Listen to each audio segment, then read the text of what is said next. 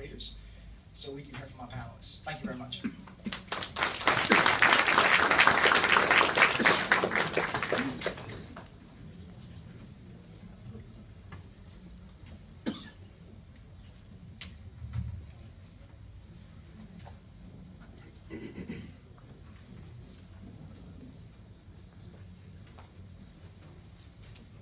My name is Michael Stevenson. I'm an associate professor at the university, and I have the distinct pleasure to introduce the panelists tonight. And I should be calling them the political respondents. And following my welcome, I will be asking Dr. Peter Maynard to welcome you here as well. So, and I will ask the political respondents, as I call them, to sit to my far right, coming towards the mic. So the first person I'd like to sort of introduce as a political respondent tonight is the Senator Honourable Keith Bell. Mr. Bell is representing the Progressive Liberal Party, and he's a candidate for Carmichael. The second political respondent is Mr. Marvin Dames. He is the political respondent representing the Free National Movement, and he's a candidate for Mount Moriah. The third political respondent is Mr. Stephen Greenslade, representing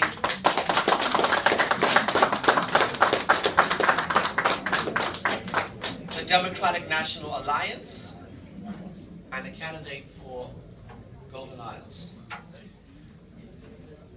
I'd like to now welcome to the panel Ms. Sharelle Ali McIntosh. She is the founder and visionary of the Bahamas Constitution Party. I have the distinct pleasure to invite up here Mr. Alex Morley. He is the leader of the African People's Socialist Party. And now I call upon Mr. Gregory Moss. He's the leader of the United Democratic Party and the MP for Marco City. Mr. Moss. Okay. Next person is Reverend Andrew Stewart. Is he here tonight?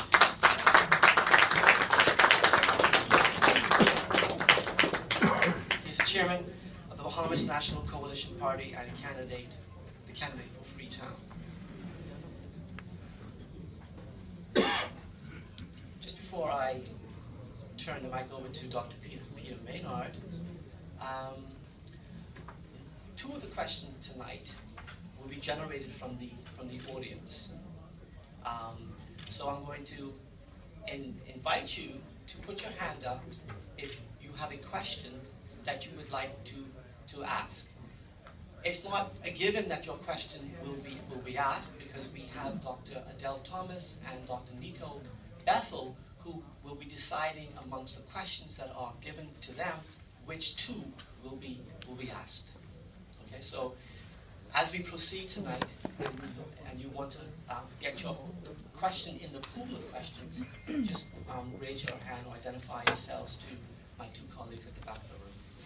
So I have the pleasure now to invite my assistant, Hyla Basden.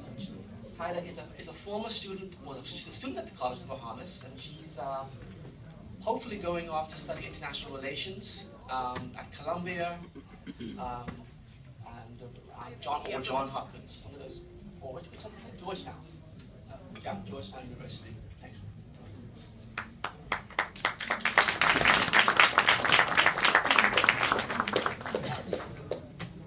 Good night. My name is Kyla Basden. I will be your student moderator for this event. Right now, I would like to invite Dr. Peter Maynard to the podium. Dr. Maynard will bring us the introduction for tonight's town hall, and he will also be framing the topic under discussion. So please welcome Dr. Peter Maynard.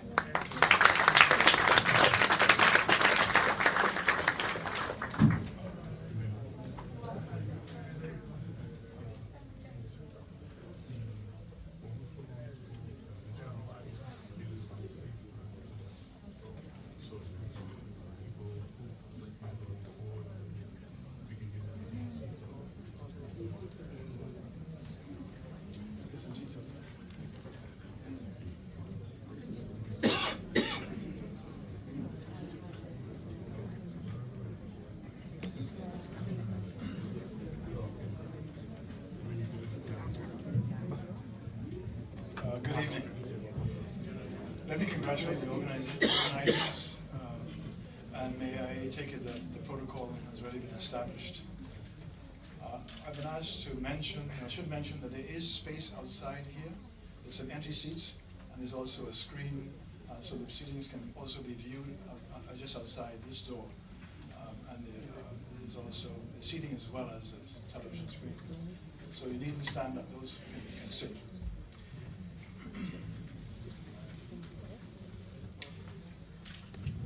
Lawlessness, firearms use, drug trafficking, corruption, indiscipline, materialism, high materialism, low self-esteem, high population densities in Nassau, too many bars and liquor stores, squalid neighborhoods, babies having babies, domestic violence,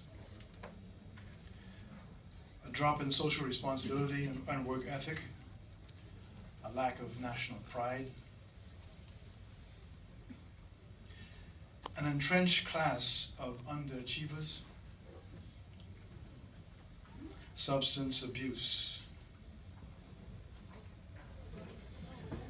a pervasive, I quote, a pervasive culture of dishonesty, greed, and casual disregard for social norms and regulation. That's a quote from the Chief Justice of Burton Hall in 1998. Antisocial behavior of various kinds. Should we have an environmental court to deal with illegal dumping and littering? We say the Bahamas is clean, green, and pristine. Socialization, how to deal with anger. Do our children know how to deal with anger in our schools?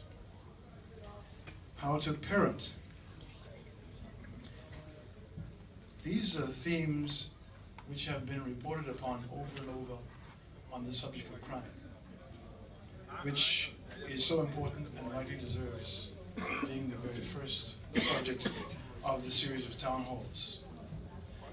Because we've had the 1984 Commission of Inquiry on Drug Trafficking, we've had the 1994 Task Force on Education, the 1998 National Crime Commission, the 2003 Prison Reform Commission, the 2008 House Select Committee on Crime. We also now have the National Development Plan. Bahamians do not feel safe in their homes. Some crime hotspots are known. It is said that a small group of young repeat offenders carry out the most violent crimes. Perhaps tougher penalties are needed for illegal gun possession. Do police have to return to the schools? Isn't better witness protection needed? An intense and sustained focus on young people is required in order to engage them in constructive career-building activities. A national youth service should be implemented to build our youth and our communities. The use of technology to detect crime. To what extent should government eavesdrop, not just on social media, but on our conversations? Should drones be employed in crime fighting? Is an improved forensic lab necessary? Is national security surveillance needed? A national spy agency? And how best can this be accomplished and paid for? In the area of prosecution, more legally trained officers are needed. I'm pleased to say that we in the Law Department have trained more and more police officers. Improved investigations, but also better decision-making regarding charges. Poor charges lead to low conviction rates. Assessment by lawyer police officers of evidence collected by investigators may improve, should improve the chances of success. Bail, parole, the death penalty. Urban renewal is also widely considered to be a constructive achievement. can better use be made of that? I've been asked to frame the discussion, and I would frame it in terms of 8 themes. I'd ask the panelists to think of and comment on 8 themes. Firstly, prevention of crime. Secondly, investigation. Thirdly, prosecution. Fourthly, the administration of justice. Fifth, punishment. 6th, rehabilitation.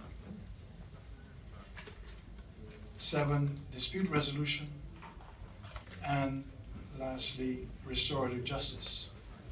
Comment finally on those last 2, dispute resolution and restorative justice.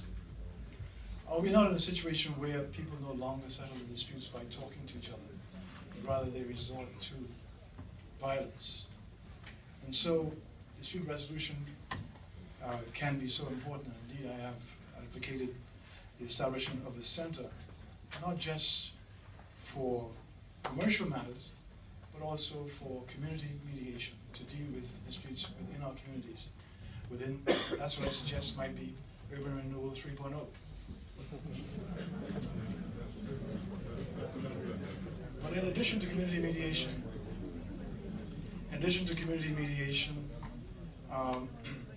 there would also be case management, moving cases through the courts. As Bahamians recognize that it's expensive to go to court, and I say that as a lawyer, and it is often a long time to have the case decided. Also, finally then, restorative justice. We have to find a way still of ending or slowing down the factory line of young black men to prison. It was suggested many years ago by archbishops, both Catholic and Anglican, and also by other ministers of the church, that we ought to bring not only the accused, the young accused, it applies to young offenders, bring the young offenders together with the victims. If the young offender accepts responsibility, then perhaps we ought to think of ways to mold that young offender, to prevent that young offender from becoming a recidivist after having been sent to prison, Fox Hill. And so we have the resources. We have the probation officers. We have the psychiatrists. We have also young people, older people that young people still respect, who can be put together to implement a plan of restorative justice. And so I suggest that the speakers tonight address those points with the view of offering effective and also credible solutions. Thank you very much.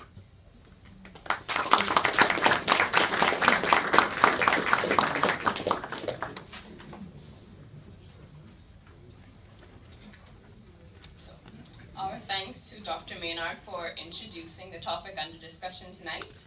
So, ladies and gentlemen, let's let the show begin. As Mr. Stevenson mentioned, there are 4 scripted questions which have been disseminated to the panelists prior to the event. Subsequent to the 4 scripted questions, 2 audience-generated questions will be offered to the panelists for consideration, and a final question will be generated from Facebook Live users. We will now begin with the 4 scripted questions. Each respondent has 2 minutes to give their answer. The first scripted question is as follows. How do you, or how does your party, propose to improve the criminal justice system to reduce the high level of crime in our country? 2 minutes to respond. Our first respondent will be Senator Honorable Keith Bell from the Progressive